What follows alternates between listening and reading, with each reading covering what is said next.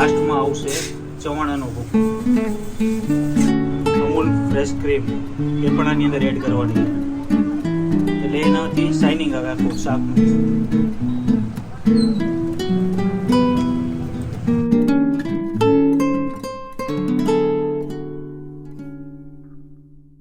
Hello મિત્રો, જય માતાજી, જય મોગલ, જય શ્રી કૃષ્ણ, જય દ્વારકાધીશ. ઘરની રસોઈમાં આપણું સ્વાગત છે. આજે આપણે બનાવવા જઈ રહ્યા છીએ જે રીંગણાના ડીટીયાનું શાક. કઈ રીતના બને છે, ફૂલ ગ્રેવીવાળું તમતમાટી ભર્યું છે, એ તીખું મોજ જ આવશે.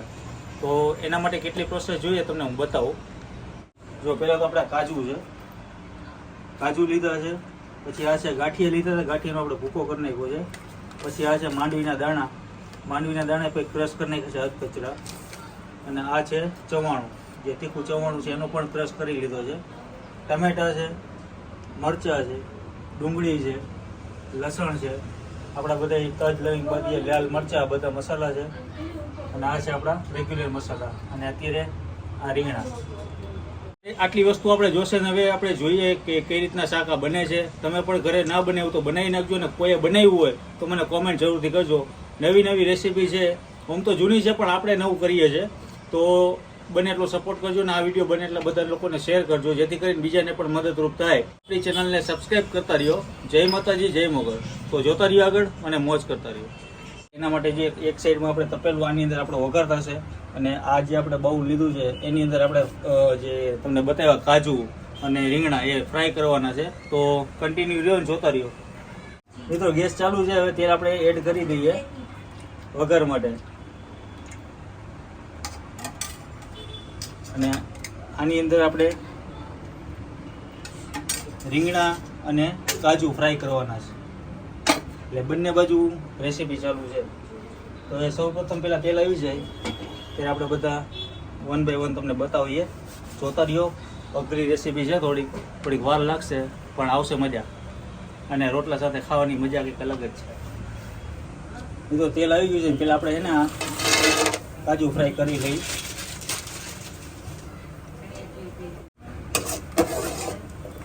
કાજુને ને એકદમ થોડા ફ્રાય કરી લઈને પછી આને લાસ્ટમાં આપણે યુઝ કરવાના છે. મિત્રો આપણા કાજુ ફ્રાય થઈ ગયા છે, કાજુને આપણે કાઢી લઈએ. આપણે નાખી દઈએ રીંગણા.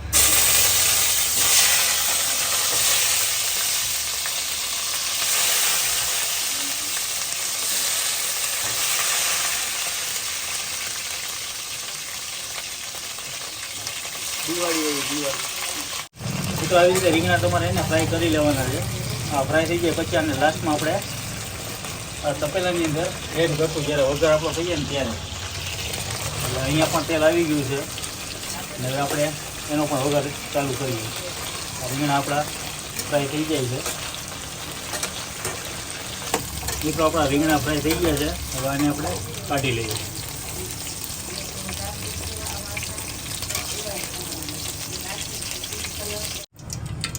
મિત્રો હવે આપણે બીજા તપેલાની અંદર તેલ આવી ગયું છે ને હવે આપણે પહેલાં કરશું જીરાથી વઘાર, જીરું અને રાઈ.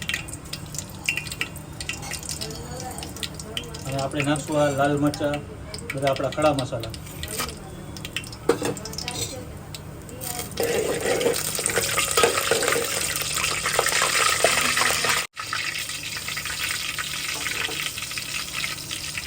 થોડી હળદર, સ્વાદ અનુસાર મીઠું,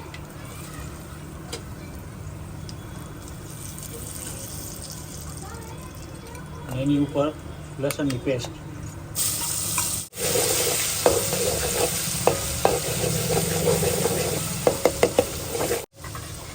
હવે નાખશું આપણે લીલા મરચાં.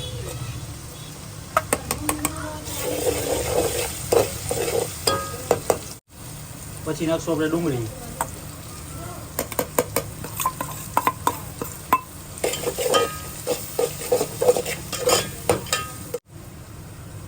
પછી નાખશું આપણે કટિંગ કરેલા ટમેટા.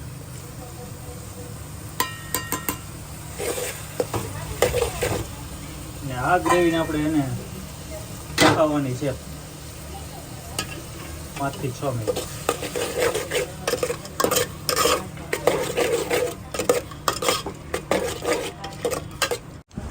મિત્રો આ રેસીપીમાં એને ગરમી ચડી ગઈ એટલી અઘરી રેસીપી છે, પણ થોડીક વાર લાગશે, પણ થઈ જશે ખરા. ટમેટા ડુંગળીને આપણે ફૂલ સાતળવા દઈએ, પછી આપણે નાખશું અંદર મરચું, ધાણા જીરું બધું બાકી છે એ આપણે એડ કરશું. મિત્રો આપણી ગ્રેવી એ પાકી ગઈ છે અને હવે આપણે નાખશું ઉપર ધાણા જીરું અને હવે નાખશું આપણે મરચું. એ ઉપરથી આપણે 1 ગ્લાસ જેટલું પાણી એડ કરશું. પાણી એડ કરીને આપણે બધું મિક્સ કરી નાખ્યું છે. હવે જ્યારે ઉભારો આવે ત્યારે આપણે જે મગફળીના જે ભૂકો હતો, મગફળીનો ભૂકો છે, ડાળીયાનો ભૂકો છે, એ આપણે એડ કરશું. મિત્રો આપણો જે કહેવાય ઉભારો આવી ગયો છે ને હવે આપણે નાખશું મગફળીના દાણા. મગફળીનો જે માંડવીનો ભૂકો કર્યો હતો એ આપણે એડ કરશું. ત્યારબાદ આપણે નાખશું ગાંઠિયાનો ભૂકો. લાસ્ટમાં આવશે ચવાણાનો ભૂકો. આ નાખવાથી મિત્રો શું થાય ખબર? એક તો શાક તમારું કટ થાય, એકદમ ગ્રેવીવાળું થાય અને જે ખાવાની જે મજા છે અનેરી છે. બનાવી નાખજો ઘરે. પછી ફ્રાય કરેલા આપણે કાજુ પણ આવશે અને કરી નાખીએ મિક્સ.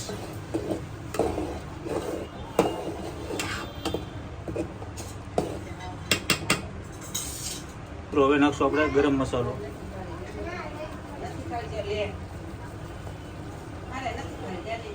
અને હવે ઉપરથી નાખશું આપણે અમૂલ ફ્રેશ ક્રીમ.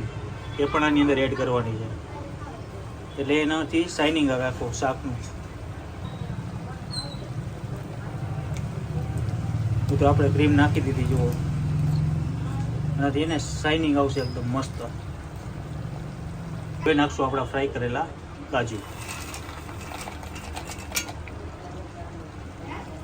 લાસ્ટમાં નાખવાના છે આપણા જે ફ્રાય કરેલા રીંગણ.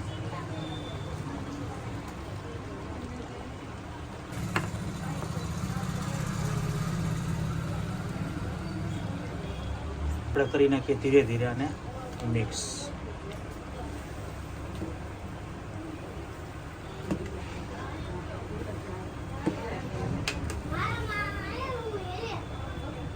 અને છે ને લગભગ આપણે 2 થી 3 મિનિટ સુધી પાકવા દઈએ, પછી આપણું આ શાક થઈ જશે ઓકે. આપણું શાક થઈ ગયું છે ઓકે. અને હવે આપણે નાખી દઈએ કોથમીર. શણગાર કરીને શાક થઈ ગયું છે એકદમ રેડી. તો હવે આપણે ટેસ્ટિંગ કરીએ. મિત્રો આ છે આપણા રીંગણાના ડીટીએનું શાક, જે બનાવ્યું છે એકદમ ક્રીમ બ્રીમ નાખીને જોરદાર. આને તો પેલા લોકો ખાવાનું મન થઈ ગયું.